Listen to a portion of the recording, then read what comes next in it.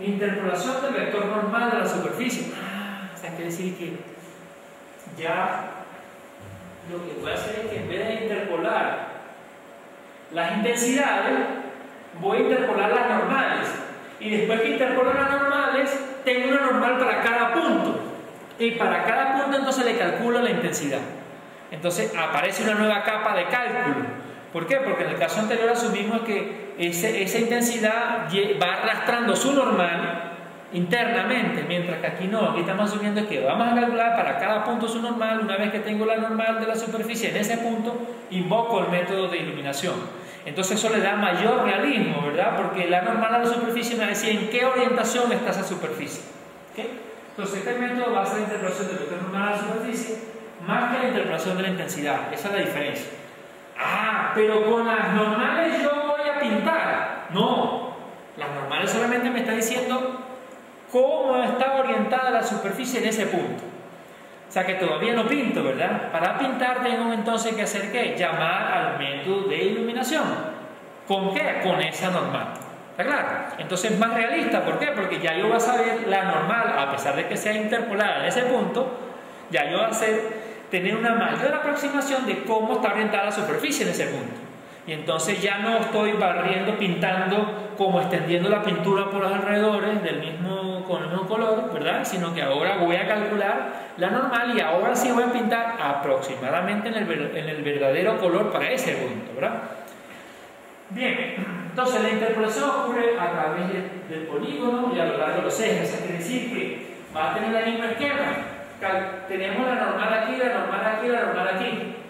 Con líneas scan vamos a calcular la normal en este eje, la normal en este eje, y después ¿qué tenemos que hacer? Calcular la normal interpolada a lo largo de todos los ejes, tanto que conforman las aristas del triángulo como los ejes de líneas scan, ¿verdad? Bien, entonces ahí está, ¿verdad? Nuestro triangulito, lo que conocemos en este caso, ¿verdad? Las coordenadas en cada uno de los vértices de nuestro triángulo. Pero fabuloso, ¿por qué? Porque esta coordenada con esta coordenada, si yo hago la resta de esta coordenada con respecto a esta, tengo este vector, ¿verdad? Tengo igual paso acá, quiere decir que estos señales dos me conforman un vector. Yo podría calcular el producto vectorial y tengo la normal, ¿cierto? ¿Está? Entonces tengo aquí la normal en N3, la normal en N1, la normal en N2. O sea, todavía no he pintado, ¿se dan cuenta? Lo que estoy ahorita es calculando normales.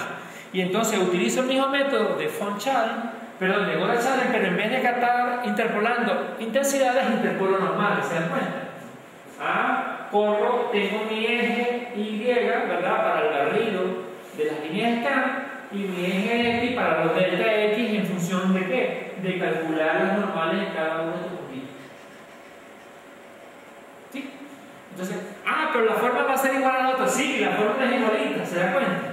Solo que en la anterior fórmula lo que teníamos era IA, ¿verdad? I1 y así sucesivamente, ¿verdad? No, ahora lo que tenemos son las normales. La normal en A, ¿verdad? Interpolada, esta es la ecuación que me permite interpolar el valor de la normal en A, y así sucesivamente, ¿verdad? Para cada punto del polígono, una ecuación de sombreado debe ser resuelta. O sea, quiere decir que una vez que yo tengo calculado las normales, entonces para cada punto llamo la iluminación. ¿Ya claro? Para nosotros. ¿Eso qué significa? Aquí. Entonces, utilizando el método de von Schady, el resultado es mucho más realista que Goldschalin. Pues la cosa aquí es fundamental, ¿verdad? Porque entonces ahora le estoy suministrando mayor información al método de sombreado, ¿verdad? Le estoy suministrando cuál es la verdadera orientación en ese punto. ¿Para qué? Para vincular tanto el observador como el punto de luz como la orientación de la superficie, ¿cierto? Entonces, mucho más realista que el de Goldschalin. Los puntos brillantes son desplegados fielmente y las bandas de marcha desaparecen. O sea, quiere decir que aquí esas bandas de marcha también, tanto en brillo como en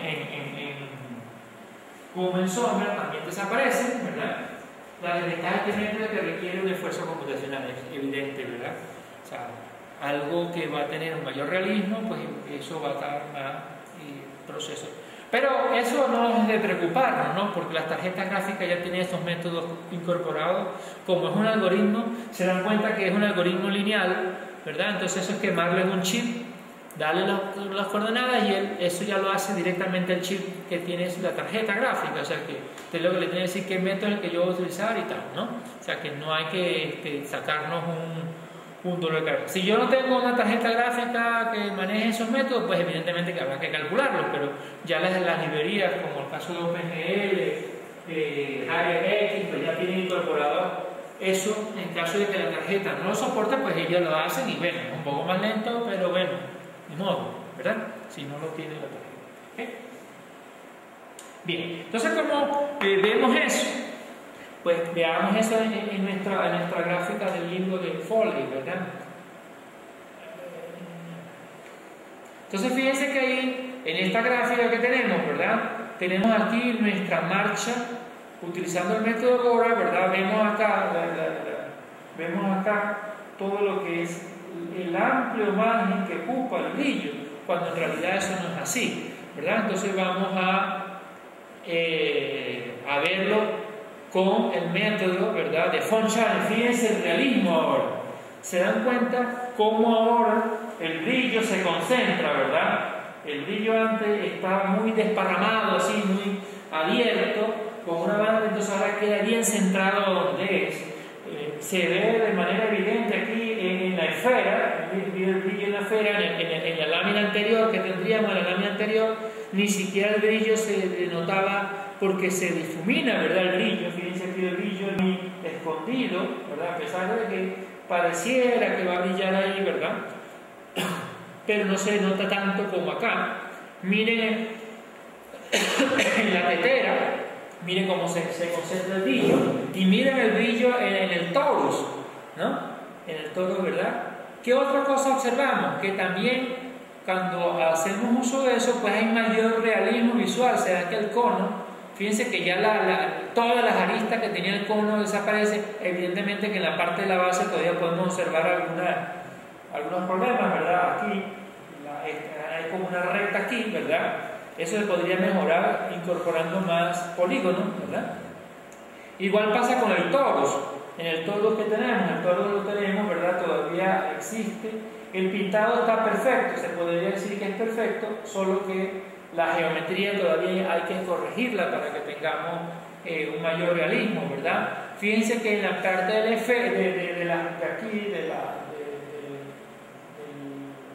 la cámara esta que está, la cámara cinematográfica, ¿verdad? Ya se ve un brillo acá. Ese brillo hace que fíjense que el brillo hace que se tapen las irregularidades de la geometría, ¿verdad? O sea, que hace que se borre ese proceso irregular, ¿verdad? Ajá, entonces fíjense aquí pero ¿cómo hizo? Claro, es que aquí ya cambió, ¿verdad? Las superficies curvas se modelaron, en este caso, ya no con redes de triángulo, sino con funciones polinómicas que me generan la superficie. Y entonces podríamos tener, ¿verdad?, una superficie de Bézier o una superficie spline que me genere entonces una superficie mucho más perfecta.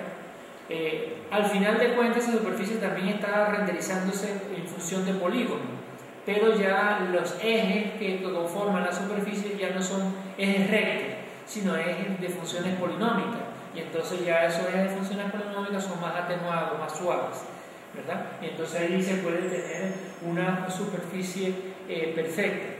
Pero si yo quisiera tener una superficie perfecta sin hacer uso de superficies polinómicas, se podría, sí. Lo que tiene que hacer es achicar, ¿verdad?, la cantidad, o sea, incrementar la cantidad de polígonos de tal manera de que esas irregularidades, donde usted está observando irregularidades, pues esas irregularidades se vayan atenuando, se vayan suavizando, ¿verdad? Eso es lo que hay que hacer, ¿verdad? Entonces aquí fíjense que aquí no hay un punto de luz, sino se observa un solo punto de luz para la escena, ¿verdad? En esta aquí ya aparecen varios puntos de luz, ¿se dan cuenta? La lámpara tiene luz, esa lámpara ilumina entre escena, ¿sí? Se dan cuenta de que aquí la esfera tiene 3 puntos, 1, 2, 3 puntos.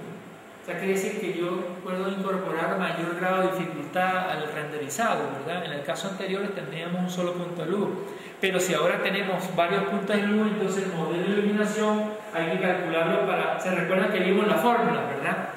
Cuando vimos el modelo de iluminación, o sea que había que calcular el modelo de iluminación para cada uno de los puntos de luz, para que entonces nosotros pudiésemos tener, en este caso, ¿verdad? Donde tenemos una fuente de luz, 3 fuentes de luz que apuntan a esta esfera. Aquí la lámpara tiene su propia luz, irradia luz, y esa luz, fíjense que aquí, si vemos en la tetera, tenemos un pequeño brillo en función de la luz que se irradia acá, y tenemos otro brillo acá de la luz que viene de la fuente que está de esta forma, de este lado, ¿verdad?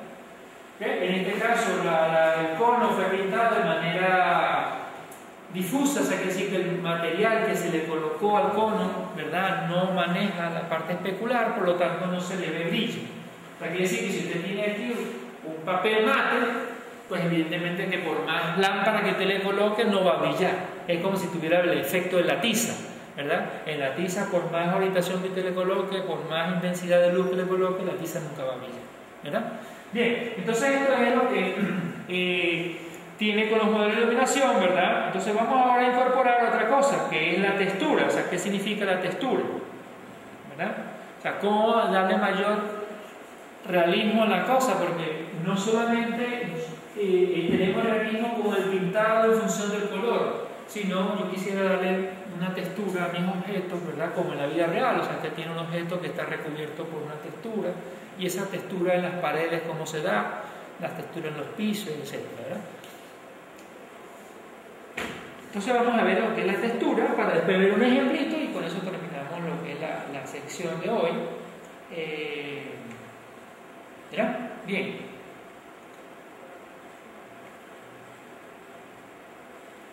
Ok, textura. Entonces, todos los objetos en la vida real poseen una textura. Esta textura es como, se llama la técnica mapping texture. ¿Qué significa mapping texture? O sea, cuando nosotros traducimos al castellano mapping, la palabra mapping refiere a correspondencia. Entonces, cuando decimos mapping texture es que nosotros hacemos la correspondencia entre una textura predefinida, que ya yo tengo, una imagen GIF o TIFF o JPG, etcétera, donde tengo mi textura. Y entonces lo que hace es hacer la correspondencia entre cada cuadro de bit de colores que tenga en mi textura, lo pega en el objeto que yo quiero. Entonces eso lo que hace es hacer sobre la textura una malla, y voy sacando pedacitos, y es como si estuviera agarrando pedacitos y lo estuviera pegando sobre mi esfera. Eso es lo que se conoce como textura, ¿no? Las herramientas de computación gráfica ya tienen todo ese proceso, ese algoritmo, o sea que nosotros no tenemos por qué definirlo, y lo vamos a ver.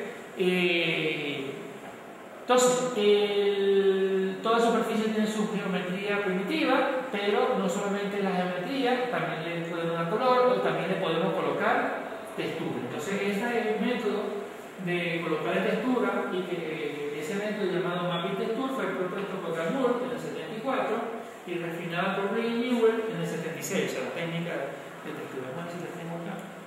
Ajá, aquí está. Entonces, los pasos para aplicar la textura, o sea, ya la correspondencia entre los cuadros de esquina de un píxel sobre la superficie del objeto. Utilizaron un package cúbico. Un package cúbico es como si fuera una sábana. O sea, quiere decir, cuando decimos un package cúbico es una superficie polinómica, una superficie de Bézier, una superficie de Spline.